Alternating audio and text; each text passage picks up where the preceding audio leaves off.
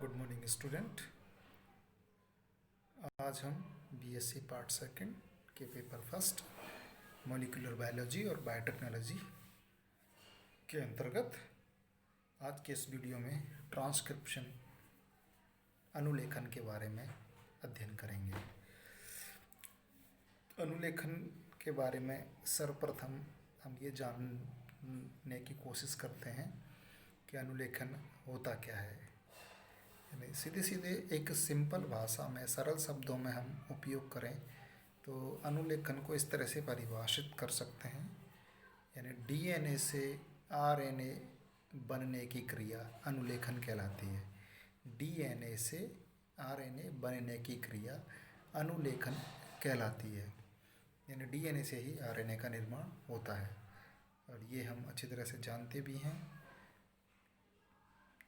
लेकिन इस परिभाषा को हम और दूसरे शब्दों में भी यानी विस्तृत रूप से समझने की कोशिश करते हैं।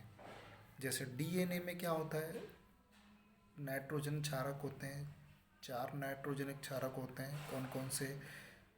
जी, ग्वानिन, सी, साइटोसिन, ए, एडेनिन, टी, थाइमिन।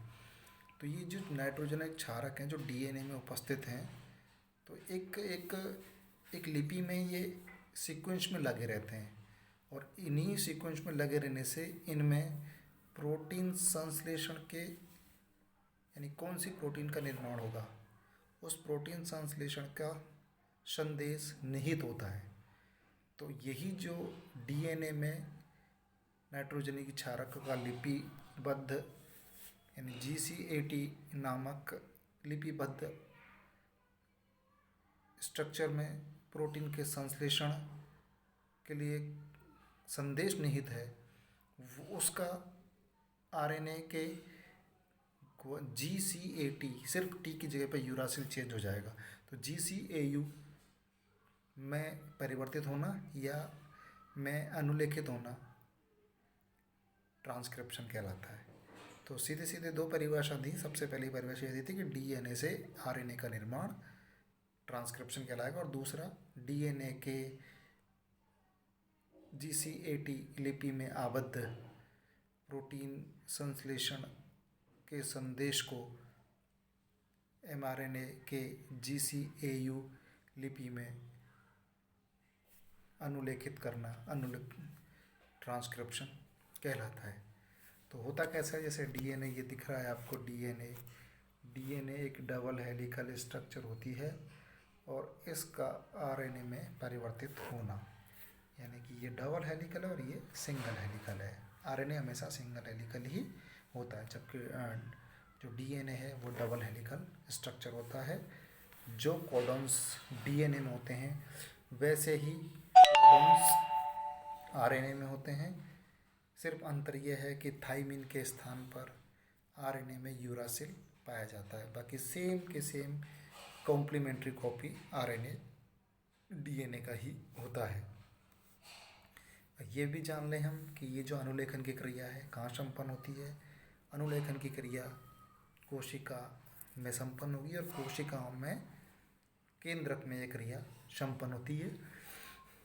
और कब संपन्न होती है ये? तो कोशिका के केंद्रक में, कोशिका चक्र में, यानी सेल साइकिल के इंटरफेस की G1 व G2 सब स्टेज में ये क्रिया संपन्न होती है।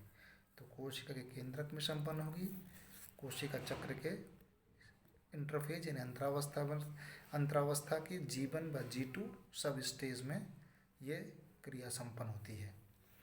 इसको खोज करने वाले कौन थे साइंटिस्ट? ये 3 वैज्ञानिक थे, याद रखें आप, होरोविट्ज, वीज और स्टीवंस। होरोविट्ज, बीट्स और स्टीवंस, ये 3 वैज्ञानिक थे जिन्होंने इसके खोजा था। ट्रांसक्रिप्शन की क्रिया होने के लिए क्या आवश्यक है ये हम पहले जान लें। ट्रांसक्रिप्शन की क्रिया होने के लिए 4 चीज़ों का होना अत्यंत आवश्यक है। सबसे पहले RNA polymerase enzyme, RNA polymerase enzyme, और इसी के साथ जुड़ा हुआ सिग्मा कारक, आरएनए पॉलीमरेज एंजाइम और दूसरा इसी से जुड़ा हुआ सिग्मा कारक। डीएनए टेम्पलेट चाहिए, चौथा। तीसरा, चारों प्रकार के न्यूक्लियोटाइड बाईफास्फेट की आवश्यकता होती है। और चौथा, धातु आयन यानी Mg++ या Mn++ जो कि कोफैक्टर के रूप में कार्य करते हैं। तो इन चार चीज़ों का होना अत्यंत आवश्यक है आरएनए पॉलीमरेज और उसी के साथ जुड़ा हुआ सिग्मा सहकारक, दूसरा डीएनए टेम्पलेट, डीएनए सांचा, तीसरा चारों प्रकार के न्यूक्लियोटाइड्स बाईफास्फेट, और चौथा धातु आयन मैग्नीशियम या मैग्नीज आयन के रूप में जो कि सहकारक के रूप में कार्य करते हैं। इनका होना अत्यंत आवश्यक है। अब हम ये जानने की कोशिश करते हैं कि ये क्रिया कैसे संपन्न होती है।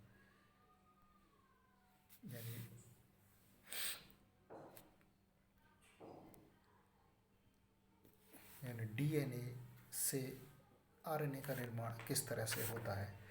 जैसा कि हम जानते हैं कि डीएनए डबल हेलिकल स्ट्रक्चर है, जैसे आपको दिख रहा है डबल हेलिकल स्ट्रक्चर, जिसमें एक एंड 3 एंड 5 एंड सिरा होता है और दूसरा 5 एंड से 3 एंड सिरा होता है।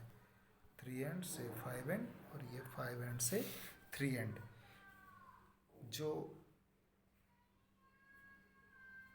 जो सिरा है 3 एंड से 5 एंड, उसको टेम्पलेट स्ट्रैंड कहा जाता है। याद रखें इसको, 3 एंड से 5 एंड वाला सिरा टेम्पलेट स्ट्रैंड कहलाता है, अथवा इसको नॉन कोडिंग स्ट्रैंड भी कहा जाता है। और यही पार्ट यानी 3 एंड टू 5 एंड सिरा ही ट्रांसक्रिप्शन में भाग लेता है, जबकि दूसरा भाग जो कि 5 एंड टू 3 एंड है, जिसको कोडोन यानी कोडिंग स्ट्रैंड कहा जाता है, वो कभी भी ट्रांसक्रिप्शन में भाग नहीं लेता है। अब हम शुरुआत करते हैं। मुख्यतः ये जो ट्रांसक्रिप्शन क्रिया है 3 पदों में संपन्न होती है। इनिशिएशन फैक्टर, दूसरा इलोंगेशन फैक्टर और तीसरा टर्मिनेशन फैक्टर।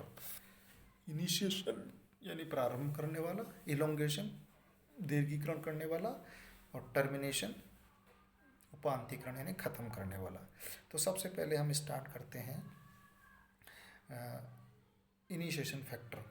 तो इनिशिएशन फैक्टर के रूप में क्या होता है कि जो डीएनए के जो डबल स्ट्रैंडेड होते हैं, तो डीएनए के अंदर आरएनए पॉलीमरेज एंजाइम एक स्थल से उसमें एंट्री कर जाता है, और जिस स्थल से एंट्री कर जाता है वो वाला जो पार्ट है जिसमें ये एमआरएनए पॉलीमरेज एंट्री किया है, वो एक खोखली संरचना बन जाती है जिसको ट्रांसक्रिप्शन बबल कहा जाता है। अब ये आरएनए पॉलीमरेज एंजाइम डीएनए में प्रवेश कर गया, ट्रांसक्रिप्शन बबल बना दिया, लेकिन ये यहीं पर रहता है, आगे की तरफ बढ़ता नहीं है। तो इसको बढ़ने के लिए एक सहकारक की आवश्यकता होती है जिसका नाम है सिग्मा। तो सिग्मा इस आरएनए पॉलीमरेज को आगे बढ़ाने का कार्य करता है। तो बिना सिग्मा के आरएनए पॉलीमरेज आगे नहीं बढ़ पाता है। इसलिए जो फर्स्ट स्टेज है इनिशिएशन फैक्टर है वो सिग्मा होगा, यानी सिग्मा की उपस्थिति में ही सिग्मा से ऊर्जा लेकर के ही आरएनए पॉलीमरेज आगे की तरफ बढ़ता रहता है। तो ये तो वह फर्स्ट स्टेज। और जैसे ही आगे बढ़ेगा उसके बाद जैसे आप देख रहे हैं डायग्राम के अंदर सिग्मा बाहर निकल जाता है और आरएनए पॉलीमरेज आगे की तरफ बढ़ता रहता है और आरएनए स्ट्रैंड्स का निर्माण होना प्रारंभ हो जाता है। नंबर 2 है इलोंगेशन। इलोंगेशन में क्या क्या प्रक्रिया होती है कि जो डीएनए के जो स्ट्रैंड हैं जो कि पॉलीन्यूक्लियोटाइड श्रृंखलाओं के बने हुए हैं, तो इनके जो फास्फोडाइएस्टर बंध हैं वो इनके जो फास्फोडाइएस्टर बंधों से ये आपस में मजबूती से बंध जाते हैं और आरएनए के न्यूक्लियोटाइड्स का निर्माण प्रारंभ हो जाता है। यानी कई न्यूक्लियोटाइड आरएनए पॉलीमरेज की लंबाई को बढ़ाता रहता है। अब ये तो हो गया इसका इलोंगेशन यानी कि आरएनए पॉलीन्यूक्लियोटाइड की श्रृंखला का लंबाई में बढ़ना। अब अंतिम जो चरण है, क्योंकि ये आगे बढ़ता जा रहा है आरएनए पॉलीमरेज, और आगे बढ़ने के साथ साथ अब टर्मिनेशन प्रारंभ होता है।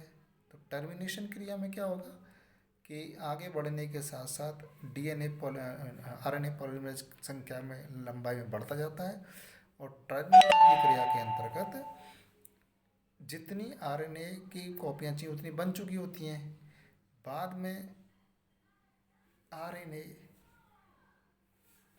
उपांति यानी लास्ट वाले, जैसे आपने देखा 5 से 3 एंड, तो 3 एंड सिरे से ये आरएनए बाहर निकलने लगता है और डीएनए के जो दोनों स्ट्रैंड आपस में अलग अलग हो गए थे वो हाइड्रोजन बंध के बाद हाइड्रोजन बंधों के बनने से वो जुड़ जाते हैं और आरएनए की अलग से कॉपियाँ बन जाती हैं। अब आरएनए की जितनी कॉपियाँ बनती हैं, जितनी हमें चाहिए उतनी बना लेते हैं, बाकी फिर हाइड्रोजन बॉन्ड जुड़ने के कारण डीएनए के दोनों स्ट्रैंड आपस में जुड़ जाते हैं। तो इस तरह से ये क्रिया 3 पदों में संपन्न होती है: इनिशिएशन फैक्टर, एलोंगेशन फैक्टर और टर्मिनेशन फैक्टर। तो ये सब all about of transcription. Thank you, धन्यवाद।